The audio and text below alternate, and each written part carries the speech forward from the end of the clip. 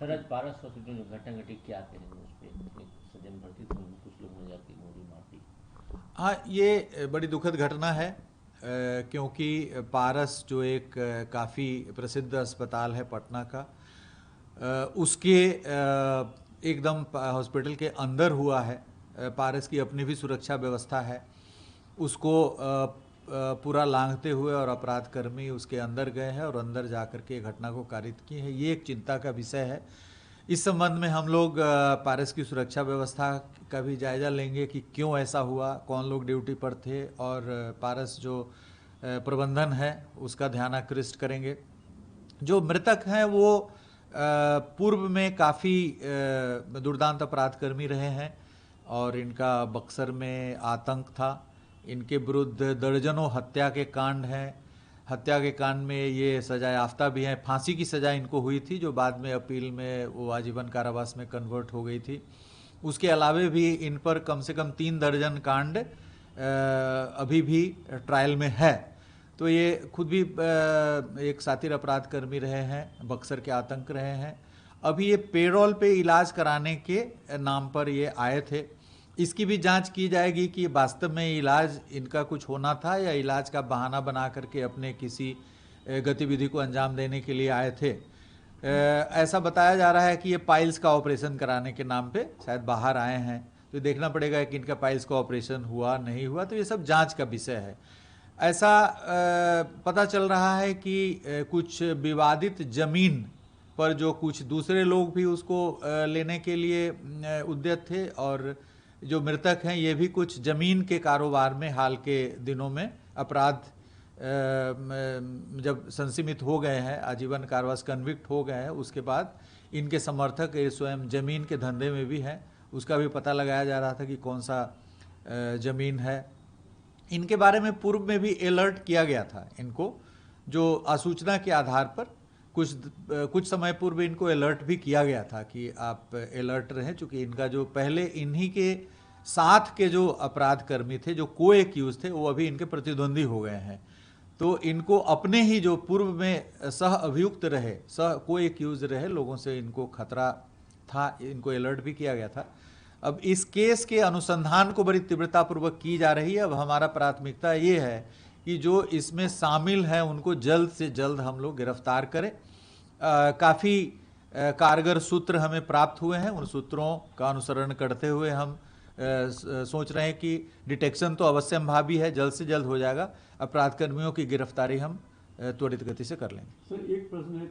अपराधी ने अपराधी को मारा, ठीक है, लेकिन जिस तरीके से लोग अस्पताल में घुसे और आराम से मार के निकल गए, ये दुस्साहस कहीं ना कहीं पुलिस के लिए उससे मार के। नहीं, इसमें यदि संलिप्तता होगी, चूंकि अस्पताल मैं भी पारस अस्पताल गया हूँ, वहाँ पर हमें पुलिस के रूप में भी जाने के बाद बात करना पड़ता है वहाँ सिक्योरिटी इंचार्ज वगैरह से, तो वहाँ पर रिस्ट्रिक्शंस है, एक्सेस कंट्रोल है। अब ये जांच का विषय है कि अपराधकर्मी किस प्रकार से उनके सिक्योरिटी बैरियर को पार करते हुए और एकदम लास्ट जहाँ पर वो भर्ती थे वहाँ तक पहुँच गए हैं। ये सभी जांच का विषय है और अनुसंधान के क्रम में इस बिंदु को भी हम लोग जांच करेंगे कि अपराधकर्मी किस प्रकार से सिक्योरिटी बैरियर को पार करते हुए चले। चिन्हित कर लिए गए हैं। सीसीटीवी फुटेज से हमें कुछ कारगर जानकारी मिली है, उसका हम लोग अनुसरण कर रहे हैं। इधर कुछ दिनों में हत्याएं बढ़ी है, जैसे आज भी खगड़िया वगैरह में हुई। आप क्या बेसिक कारण क्या मान रहे हैं कि घटना इधर बढ़ गई है लगातार? देखिए, घटना बढ़ नहीं गई है, बल्कि एक एक घटना जो है उस पर हम लोग मीडिया की भी नज़र है और हमारी भी कारगर नज़र है। जैसे आप घटना को यदि देखेंगे तो पिछले वर्ष जुलाई में 49 हत्याएं हुई थी पटना में, 49, सिर्फ पटना में 49 घटनाएं हुई थी। इस वर्ष अभी तक पटना में 14 घटनाएं 12 या 13 हुई हैं। तो ये 49 तो नहीं ही होगा, करीब 20 से 25 होगा। तो घटना की संख्या नहीं बढ़ी है, लेकिन एक एक घटना अपने में महत्वपूर्ण है। जैसे आज जो हत्या हुई है, अपराधी की ही हत्या हुई है, एक दुर्दांत अपराध कर्मी की हत्या हुई है, लेकिन पूरी तरीके से पूरी पटना पुलिस की टीम लगी हुई है और पूरा खंगाल रही है कि जो अपराध कर्मी इसमें शामिल है उनको गिरफ्तार किया जाए, चाहे अपराधी की हत्या हो या कोई कॉमन आदमी की हत्या हो। हर प्रकार की घटना को उद्भेदन करके अपराध कर्मियों को गिरफ्तार करके और उसको सजा दिलाने के लिए हम लोग कारगर कार्रवाई कर रहे हैं। और हत्या की घटनाओं में घटना हो रही है, हम इनकार नहीं कर रहे हैं, लेकिन समरूप कालखंड यदि हम पिछले साल का लें या यदि पूरे साल की तुलना हम पिछले वर्षों से करें तो इसके अनुपात में घटनाएं घट रही हैं। लेकिन संख्या के रूप में यदि घटनाएं कम हो रही हैं हत्या की, तो यह कोई सुखद विषय नहीं है, क्योंकि एक आदमी की भी यदि हत्या होती है तो ये महत्वपूर्ण है, वो एक चैलेंजिंग है, क्योंकि एक भी लाइफ यदि जाता है इस तरीके से आपराधिक घटना में तो उसके परिवार को काफ़ी बड़ी क्षति होती है। तो परिवार के लिए, समाज के लिए एक बहुत बड़ा लॉस है। इसलिए हम ये नहीं कह सकते हैं कि 3000 के बदले में 2500 हत्याएं हुई है तो ये बहुत ही सुखद एक विषय है।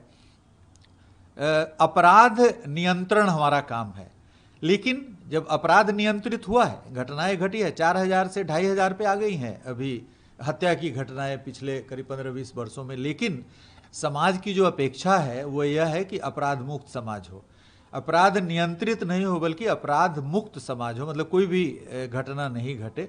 तो इस दिशा में पुलिस भी काम कर रही है लगातार, और हमें लगता है कि लगातार उत्तरोत्तर आप यदि आंकड़े देखेंगे पिछले करीब 20 वर्षों का, 2005 से 4 से 5 से यदि आप आंकड़ा देखेंगे तो 4000 की संख्या से हत्या की घटनाएं घटते घटते 2500 पे आ गई हैं, लगभग 1500 की कमी हुई है।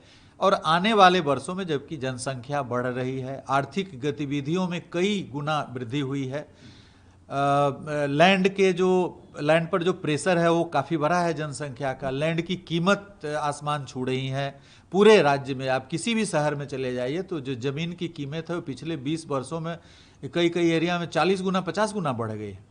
तो ज़मीन पर काफ़ी लोगों की नज़र है, काफ़ी कंपीटिंग ग्रुप्स उस लैंड पर अपना आधिपत्य जमाने के लिए, खरीदने के लिए प्रयास कर रहे हैं।